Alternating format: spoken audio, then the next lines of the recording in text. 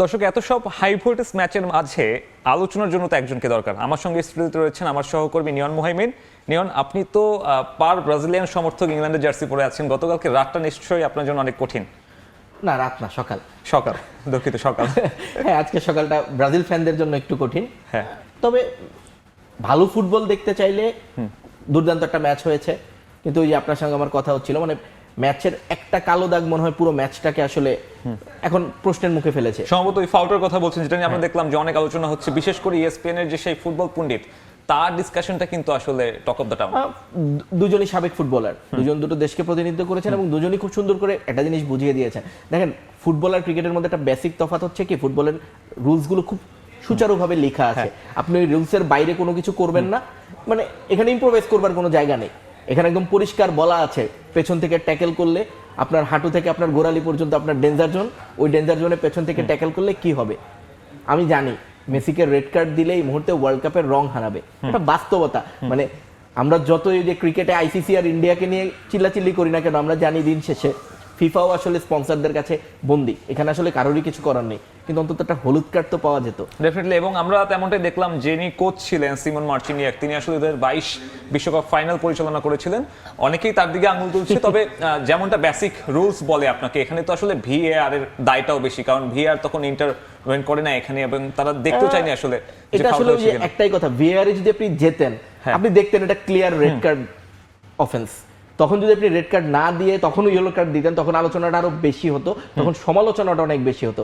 সেই জায়গা থেকে আমার মনে হয়েছে রেফারিরা যারা ছিলেন ওই মোমেন্টে, বা তাদের কাছে কি ইনস্ট্রাকশন ছিল তো আমরা জানি না, বা মেসি, রোনাল্ডো, নেইমার, তাদেরকে নিয়ে অবশ্যই একটা ইনস্ট্রাকশন থাকে রেফারিদের কাছে। এটা আমরা আগেও জানি যে বড় প্লেয়ারদের জন্য লগ্নি বেশি থাকে, সেক্ষেত্রে তাদেরকে ফাউল করা হলে অন্য যারা ফাউল করেন তাদেরকে একটু বেশি শাস্তি পেতে হয়, তারা ফাউল করলে সেই জায়গাটি কম থাকে। এটা খুব নর্মাল ব্যাপার, এটা আসলে ফুটবলে অহরহ হয়, এটাকে আসলে লুকোচুরি করবার কিছু নেই। কিন্তু দিন শেষে যেভাবে হয়েছে, যেহেতু ওয়ার্ল্ড কাপ ওপেনার, সবাই আর্জেন্টিনার দিকে মুখিয়ে ছিল, আর মেসি দুর্দান্ত খেলেছেন, হ্যাটট্রিক করেছেন, বিশ্বকাপে তার প্রথম হ্যাটট্রিক, অনেকগুলো রেকর্ড করেছেন। তাই মনে হয় আলোচনাটা একটু বেশি, যে একটা কালো দাগ রয়ে গেল মেসির মতো ফুটবলার বলে। এটা যদি অন্য কেউ হতো তাহলে হয়তো আলোচনা হতো না, যে হতেই পারে, কিন্তু এটা তো দিন শেষে মেসি, কারণ তাকে ওই যে শুদ্ধতার প্রতীক হিসেবে আসলে সামনে আনা হয় ফুটবলারদের ক্ষেত্রে। তো সেই জায়গা থেকে আমার মনে হয় মেসির ক্যারিয়ারের জন্য এটা ভালো হয়নি। এবং অনেকে এই আলোচনাটা বেশি টানছেন যখন হচ্ছে ইরানের সাথে যে সকল জিনিসপত্র ঘটছে, তখন অনেকেই প্রশ্ন তুলছে আসলে ফিফার এই প্ল্যাটফর্মটা সবার জন্য সেম কিনা। তবে নিয়ম যেমনটাই হোক, সেই ফাউলটাকে একপাশে রাখলে মেসির জন্য একটা ঐতিহাসিক রাত। মেসি ক্যারিয়ারের প্রথমবারের মতো, এই দীর্ঘ ক্যারিয়ারের প্রথমবারের মতো এসে ওয়ার্ল্ড কাপে হ্যাটট্রিক পেলেন, এবং পেছনে ফেললেন তারই রাইভাল 2018 সালে স্পেনের অ্যাগেনস্টে রোনালদো যে হ্যাটট্রিকটা করেছিলেন। রোনালদোর কথা আসছে, মেসির এমন পারফরমেন্সের পরে, রোনালদোর কিছুক্ষণ পরে ম্যাচ, রোনালদো কি প্রেসারে আছেন? মারাত্মক। মানে আমি জানি মুখে এরা জীবন নেও স্বীকার করবে না, ওই মিডিয়াতে এসে কোনোদিন বলবে না যে আমি প্রেসারে আছি, কিন্তু খুব স্বাভাবিক। মানে মেসি একটা কিছু করলে রোনাল্ডোকে এখন দেখিয়ে দিতে হবে, মানে না করলে এটা নিয়ে প্রশ্ন উঠবে, আগামীকাল মিডিয়া কথা বলবে, আপনি প্রেস কনফারেন্সে যখন যাবেন আপনাকে এটা নিয়ে প্রশ্ন করবে, আপনি উত্তর দেন আর না দেন আপনাকে এটা শুনতে হবে যে মেসি পেরেছে, আপনি পারেন নাই। তো সেই ক্ষেত্রে রোনাল্ডোকে কিছু করুক না করুক, মানে পর্তুগালের এই টিমটার আসলে এতটাই কমপ্যাক্ট টিম, রোনাল্ডোর খুব বেশি কিছু করবার আসলে প্রয়োজনও পড়বে না যদি টিম পারফরমেন্স করে। সেক্ষেত্রে রোনাল্ডোর খুব বেশি করবার জায়গাটা আসলে, রোনাল্ডো যদি নিজের জায়গাটায় ঠিক থাকেন, আমরা যতটুকু জানি যে রোনাল্ডো এবার হয়তো একেবারে নাম্বার 9 হয়ে খেলবেন, যেটা আসলে রোনাল্ডো সাধারণত পর্তুগালে খেলেন না, একেবারেই খেলেন না। সেই জায়গায় এবার তাকে ওই জায়গাটায় নিয়ে আসা হবে। সেই জায়গাটায় রোনাল্ডোর জন্য তো ওই যে গোল স্কোরিং, আর গোল স্কোরিং না হলে একটা দুটা অ্যাসিস্ট, মানে রোনাল্ডোকে রোনাল্ডোর মতো পারফর্ম করতে হবে। এক্স্যাক্টলি। এবং যেমনটা আসলে আমরা দেখলাম 2010 কিংবা 14 পর্তুগাল টিমকে যদি আপনি আলোচনায় টানেন, তখন দেখবেন যে সেই দলে আসলে রোনালদো ছাড়া খুব বড় তারকা ছিল না। এবং ঠিক অপোজিটে সেই 2022 সালে বা 26 সালে কিছু তারকার জন্ম হয়েছে। আপনি যদি মিডফিল্ডের দিকে তাকান, পর্তুগালের ধারে কাছে কেউ নেই। এই কাগজে কলমে সবচেয়ে শক্তিশালী, সম্ভবত গোলকিপারটা একটু তারকা খচিত হতে পারতো, whatever, but the thing is যে ডিয়েগো কস্তাকে আপনি ফেলে দিতে পারবেন না। এক্স্যাক্টলি। এবং সেই রোনালদো এখন অনেকগুলো তারকাময় প্লেয়ারের আশেপাশে আছেন, এবং ইজ ইট আ টাইম যে রোনালদো আসলে এখন ডেলিভার করা উচিত দেশের হয়ে? অবশ্যই, মানে রোনালদো ডেলিভার করবে কি, অলরেডি তো দুটো ন্যাশনস লিগ, একটা বিশ্বকাপে, এখন পর্যন্ত বিশ্বকাপ, একটা ইউরো, মানে অলরেডি তারা আসলে প্রুভেন, তারা দেখিয়েছে তারা পারফর্ম করতে পারে একসঙ্গে। এখন আসলে এটা বিশ্ব মঞ্চে দেখাতে হবে। আপনি যাই করেছেন সেগুলো আসলে আপনার রিজিওনাল, যত দিন শেষে নেশনস লিগ বলি, ইউরো বলি, আপনার রিজিওনাল টুর্নামেন্ট, বিশেষ করে 2022 ওয়ার্ল্ড কাপের পরে, এখন আসলে ওয়ার্ল্ড কাপের পর তর্কটা এখন এক ওই জায়গাতে। তর্কটা আপনি যদি তর্কটাকে আরেকবার জীবিত করতে চান যে মেসি সেরা না রোনাল্ডো সেরা, গতকালই আমরা আসলে বলছিলাম যে সর্বকালের সেরা, এই তর্কটাই আসলে এখন ফুল স্টপ, এটা মেসি। কিন্তু এই তর্কটাকে যদি আপনি আরেকবার জীবন দিতে চান সেক্ষেত্রে আপনাকে এই ওয়ার্ল্ড কাপে কিছু একটা করে দেখাতে হবে। এবং শেষ বিশ্বকাপ ক্যারিয়ারে নিজেই জানিয়েছেন এখন আর আসলে কোনো সন্দেহ নেই। এবং রোনালদোর বিশ্বকাপ পারফরমেন্সের কথা যদি আমি বলি, আগের যে 5টা বিশ্বকাপ তিনি খেলেছেন সেখানে শুধুমাত্র একটা আসলে সে একাধিক গোল করেছেন, বাদবাকি সবগুলো ফ্যাকাশে। রোনালদোর নামের পাশে যেটা একেবারেই মানানসই না, আমরা যেমনটা দেখি চ্যাম্পিয়ন্স লিগে যেভাবে রোনালদো পারফর্ম করেছেন, জাতীয় দলের হয়েও ইতিহাসের সর্বোচ্চ স্কোরার, ইন্টারন্যাশনাল স্কোরে, সবকিছু মিলিয়ে রোনালদোর সেই ফিকে হওয়া যাওয়া স্টার্টটা এবার যদি সেটা পুনরুজ্জীবিত করতে হয়, শুরুর ম্যাচটা আসলে কতখানি গুরুত্বপূর্ণ আমি জানি কিছুটা সহজ হয়তো ফিকচারটা, কিন্তু আসলে রোনালদোর জন্য তো এটা গুরুত্বপূর্ণ। রোনালদো ফর্মে আছেন, মানে আমি সৌদি প্রো লিগটাকে যদি সাইডেও রাখি, লাস্ট ন্যাশনাল টিমের হয়ে তিনি যে লাস্ট 30টা ম্যাচ খেলেছেন 22টা তার গোল। দুর্মুখেরা বলছে, সমালোচকরা বলছে যে এখানে আসলে 30-এর বেশি র্যাঙ্কিং যারা তাদের সঙ্গেই আসলে বেশি গোল করেছেন। গোল তো গোল, একজন ফরওয়ার্ড যখন গোল করছেন তার এক্সপেরিয়েন্স হচ্ছে, তার অভিজ্ঞতা যেমন বাড়ছে, আত্মবিশ্বাস বাড়ছে, সেটা পরে ম্যাচ আপনি যেই প্রতিপক্ষই হন না কেন। আর রোনাল্ডোর মতো ফুটবলারদের জন্য আসলে অন্য কিছু আসলে অর্থ বহ করে না, মানে সেই জায়গাটায় আমার কাছে মনে হচ্ছে যে রোনাল্ডো চেষ্টা করলে এই ম্যাচটা আসলে পর্তুগালের জন্য খুব ইজি। কারণ কঙ্গোর কথা বলতেই হয়, ইবোলার সঙ্গে ফাইট করতে করতে দলটা এতটাই পর্যদস্ত, বিশ্বকাপে যারা খেলতে এসেছে, মানে লাস্ট যে ম্যাচটা প্র্যাকটিস ম্যাচ হওয়ার কথা ছিল স্পেন, সেই ম্যাচটাতেও তাদেরকে খেলতে দেয়নি। মানে বিশ্বকাপেও তারা একেবারে অপ্রস্তুত বলবো না, তারপরও অন্য সবাই যখন একটা প্রস্তুতি নিচ্ছিল তখন তারা হোটেলে বন্দী হয়েছিল। সেই জায়গা থেকে এরকম একটা টিমকে সামনে পাওয়াটা অবশ্যই সৌভাগ্যের পর্তুগালের মতো টিমের, কারণ পর্তুগালের একটা মোমেন্টাম প্রয়োজন। এই মোমেন্টামটা প্রথম ম্যাচেই যদি চলে আসে পর্তুগালকে আটকানো কঠিন হবে। 2022 স্পেনের ম্যাচটার কথা যদি আপনার মনে থাকে, প্রথম ম্যাচ যেভাবে ফাইট হচ্ছিল, হ্যাটট্রিকের ম্যাচটা, মানে যেভাবে শুরু করেছিল পর্তুগাল, যদিও ম্যাচটা শেষ পর্যন্ত যে ড্র হয়, যদি আমি ধারণা করছিলাম ওই ম্যাচটা যদি পর্তুগাল জিতে যেত, যে মোমেন্টামটা পেত, এরকম একটা মোমেন্টাম এখন প্রয়োজন। এবং সেই মোমেন্টামটা দলের জন্য গুরুত্বপূর্ণ, কারণ আপনি দেখবেন যে অনেকগুলো প্রশ্নের জন্ম হচ্ছে যে এই দলের সবথেকে উইক পয়েন্ট বা উইক লিঙ্ক রোনালদো কিনা।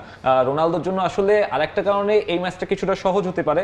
পর্তুগাল কিন্তু এখন পর্যন্ত কখনোই আফ্রিকান কোনো ন্যাশনের কাছে হারেনি, অ্যাপার্ট ফ্রম মরক্কোর কাছে তারা 2বার হেরেছে। এছাড়া আসলে কোনো সময় এই আফ্রিকান দলগুলোর বিপক্ষে তারা হোঁচট খায়নি। যদিও আরেকটা পরিসংখ্যান আমার কাছে রয়েছে, সেটা আসলে কিছুটা দুশ্চিন্তার কারণ হবে যে এখন পর্যন্ত ওপেনিং ম্যাচ ডেতে পর্তুগাল শেষ যে 4টা ম্যাচ খেলেছে তার মধ্যে একটা ম্যাচ জিতেছে। তো সেই হিসেবে হয়তো আজকে কিছুটা সহজ হবে। সেই সাথে আসলে বাড়তি একটা চাপ দিবে লিওনেল মেসির এমন অতি মানবীয় পারফরমেন্স, এমবাপেও পারফরমেন্স করেছে, সেই একই ধারায় যদি সে থাকতে চান তাহলে রোনালদোর জন্য এই রাতটা খুবই গুরুত্বপূর্ণ, মহা গুরুত্বপূর্ণ। আমি বারবারই যেটা বলছি, মানে রোনালদোকে এখন আসলে দেখাতে হবে। অনেক আলোচনা হয়েছে রোনালদো মেসি নিয়ে, গত 4 বছর ধরে আলোচনা হয়, এখন আর দুজন একই লিগে খেলেন না, তাই দেখা হবার কোনো সম্ভাবনা নেই। এই বিশ্বকাপেই সবাই বলছেন যে একটু যদি ঠিকঠাক মতো হিসাব কিতাবটা মিলে যায় তাহলে কোয়ার্টার ফাইনালে আর্জেন্টিনা পর্তুগালের ম্যাচ হয়ে যেতে পারে। সেটা যদি হয় তাহলে হয়তোবা ফুটবল বিশ্বের চেয়ে বড় রাত, এর চেয়ে বড় ম্যাচ আসলে হওয়া সম্ভব না। গোট ডিবেটটা আসলে অ্যাবসার্ড জিনিস, এটা আসলে শেষ পর্যন্ত এটা আপেক্ষিক ব্যাপার। আপনার সমর্থকদের কাছে একরকম, পর্তুগালের সমর্থকদের কাছে একরকম, কিন্তু দিন শেষে ফুটবল বিশ্বের কথা যদি চিন্তা করেন, মানে এর চেয়ে বড় রাত মনে হয় অন্তত এই নিয়ার পাস্টে সম্ভব না। এবং রোনালদো যখন আসলে এই যে ব্রুনো ফার্নান্দেস যখন আসলে এপিএল যে ক্যারিয়ার সেরা মৌসুমটা খেলে এসেছেন, জোয়ান রিভাস ফাইনালে খুব দারুণ পারফরমেন্স করেছেন। এছাড়া ভিতিনার কথা বলতে হয়, অর্থাৎ এই দলে রোনালদো বাদেও যে কয়েকটা প্লেয়ার আলো কাটতে পারে এবং সেই কয়েকটা প্লেয়ার যে ম্যাচের মোড় ঘোরাতে পারে, সেটাও আসলে গুরুত্বপূর্ণ দলটার জন্য। তার সাথে সাথে যে কোচ রয়েছেন রবার্তো মার্টিনেজ, তার কিন্তু দারুণ একটা পরিসংখ্যান বিশ্বকাপে বেলজিয়াম রয়েছে সেভাবে খেলেছেন। আপনার কি মনে হয় রবার্তো মার্টিনেজ সেই একই ধারা রাখতে পারবে পর্তুগালের হয়ে? রবার্তো মার্টিনেজের জন্য একটু টাফ হবে, কারণ রবার্তো মার্টিনেজকে রোনালদোর মতো একজনকে মানে হ্যান্ডেল করতে হবে। ওই যে বারবার বলছিলাম আসলে পর্তুগালের এই টিমটার সবচেয়ে উইক লিঙ্ক হচ্ছে রোনালদো। বাকিরা যেভাবে পারফর্ম করেছেন, ইউরোপিয়ান লিগগুলোতে খেলেছেন, বিশেষ করে মিডফিল্ড, বারবার বলতে হয় ব্রুনো ফার্নান্ডেজের মতো প্লেয়ার যেভাবে খেলে এসেছেন, এক পাশে ভিতিনা আছেন, এই পাশে হুয়াও নেভেস খেলবেন, মাঝে আপনাকে বার্নার্ডো সিলভা থাকবে, পেছনে আপনাকে এক পাশে রাফায়েল লেয়াও থাকবে, আরেক পাশে আমি প্লেয়ারটার নাম এই মুহূর্তে মনে করতে পারছি না, নুনো মেন্দেস থাকবেন, রুডি গার্সিয়া থাকবেন। মানে এই টিমটায় একমাত্র উইক লিঙ্ক রোনাল্ডো, এবং রুডি গার্সিয়ার পাশে আসলে ফুলব্যাক হিসেবে কে থাকবেন, এই দুটো হিসেব মিলাতে হবে রবার্তো মার্টিনেজকে। এবং এখানেই তিনি বারবার হোঁচট খাচ্ছেন। এখন পর্যন্ত আমরা প্রস্তুতি ম্যাচ যেগুলো দেখেছি, এর আগে ইউরোর বাছাই পর্ব যখন দেখেছি, সেখানেও রোনালদো বেশ নিষ্প্রভ ছিলেন।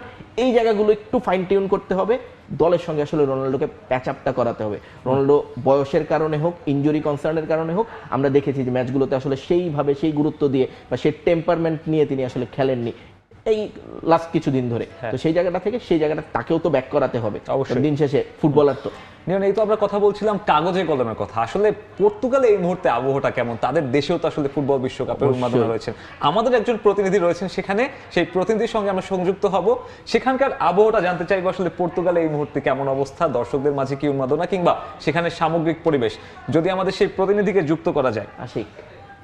আশিক, বিশ্বকাপ শুরুর পর এক সপ্তাহের অপেক্ষা, প্রায় আজকের এই দিনটির জন্য অপেক্ষা করছে বিশ্বের বিভিন্ন প্রান্তে ছড়িয়ে ছিটে থাকা লাখো পর্তুগালের সমর্থক এবং পর্তুগিজরা। আজকে আমরা যদি বলি যে আজকের এই ম্যাচটিকে ঘিরে পর্তুগিজদের অপেক্ষার অবসান ঘটতে যাচ্ছে কিছুক্ষণের মধ্যেই। আমরা এই মুহূর্তে রয়েছি পর্তুগালের রাজধানী লিসবনের ঐতিহাসিক প্লাসা কমার্সিওতে।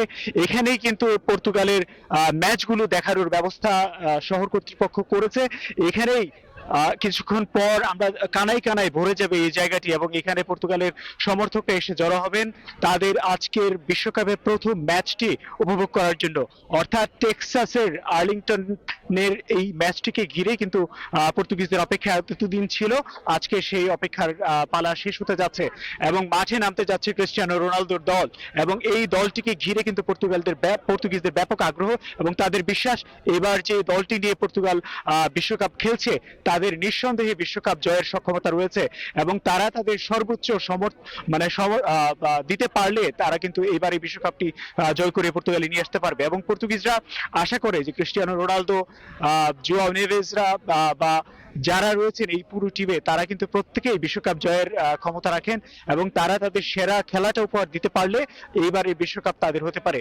আমরা দেখি যে গ্রুপ পর্বে আজকের কঙ্গোর সাথে যে ম্যাচটি রয়েছে, এরপরে উজবেকিস্তান বা কলম্বিয়া, প্রত্যেকটি ম্যাচকে ঘিরেই কিন্তু পর্তুগিজদের ব্যাপক আগ্রহ রয়েছে, এবং তারা বিশ্বাস করেন যে গ্রুপ পর্বের এই ম্যাচগুলো পর্তুগিজরা খুব সহজে প্রত্যেকটি ম্যাচ জিতে পরবর্তী রাউন্ডে যাবে, এবং পরবর্তী রাউন্ডে কিন্তু প্রত্যেকটি ম্যাচ সেই সর্বোচ্চ সক্ষমতা উপহার দিয়ে বা ফাইনালে এবং এবার পর্তুগিজরা কাপ আনবে।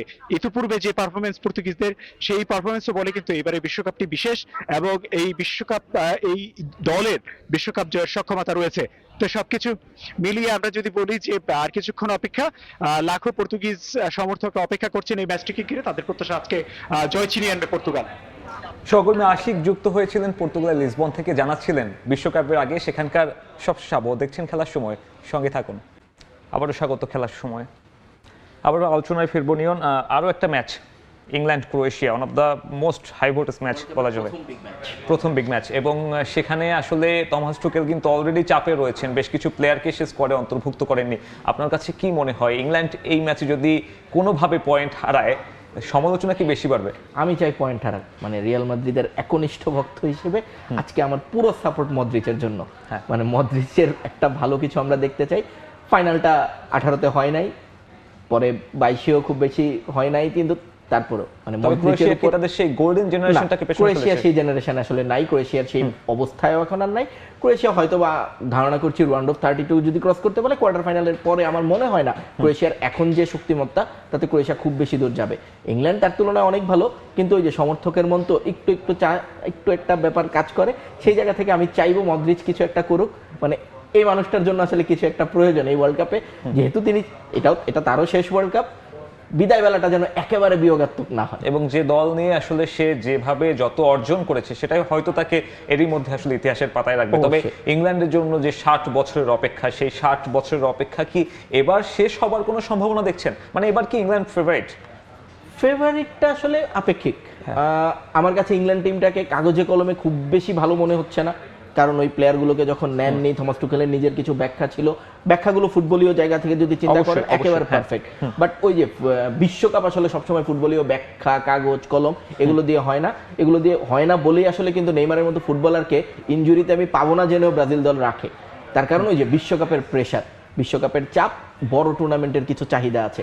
সেই জায়গা থেকে আমার মনে হয়েছে ইংল্যান্ড ওই জায়গাটা একটু পিছিয়ে থাকবে, কিন্তু ইংল্যান্ডের সবচেয়ে বড় শক্তির জায়গা আসলে ইংল্যান্ডের দুই প্রান্ত, হ্যারি কেইন, জর্ডান পিকফোর্ড।